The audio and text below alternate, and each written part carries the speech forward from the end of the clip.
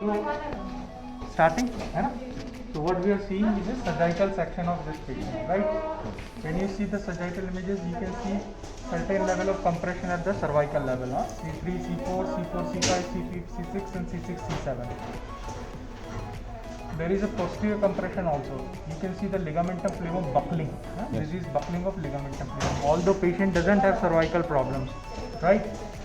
There is subtle signs of myelopathy also. Huh? These are myelopathic changes. Gray area becomes a little white. So this is signs of myelopathy.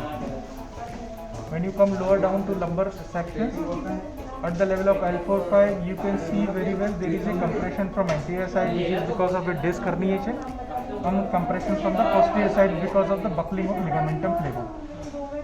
This is myelogram, right? So when you see myelogram, you can see very well a complete cutoff at the level of L4-5, yes. A nearly complete L3, cutoff at L3-4, L2-3, and L1-2 also, right? So there is mild cutoff sign at myelogram, but this is a complete cutoff sign. So we need to see it in the axial images. When you see axial images, first you look for normal images. So this is which one? L1, L2. So you can very well see a black annulus, because since this is a T2 image, T2 weighted MRI where water is white. A black annulus, a white nucleus pulposus. Nucleus pulposus is white because the water content is more. Annulus is black because it has less water content. But when you see L4-5, so this is a dura and these are exiting nerve roots, right? Here at the level of L4-5, this is the only impression of dura which you can see. This is ligamentum flavum hypertrophy, right? This is disc bulge. So the sac is actually compressed from anterior side as well as posterior side. Moreover, you can say subtle signs of facetal arthropathy also. This is a joint fluid, right? So this is a degenerated joint. So you need to sacrifice joint also to address the disc. If you want to go for T-lift, you have to sacrifice the joint. If you want to go for P-lift, you doesn't need to sacrifice the joint.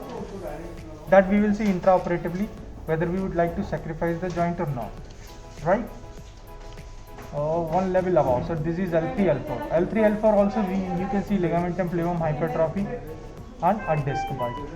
So what we do is we will address the L4-5 with T-lift and L3, L4 with laminectomy and discectomy. So this is our plan of action for today's surgery.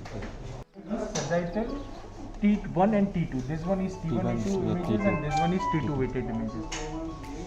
So this is more detailing images. When you look for the foramen, when you see the foramen, first look at the normal foramen of D12, L1 or L1, L2, right?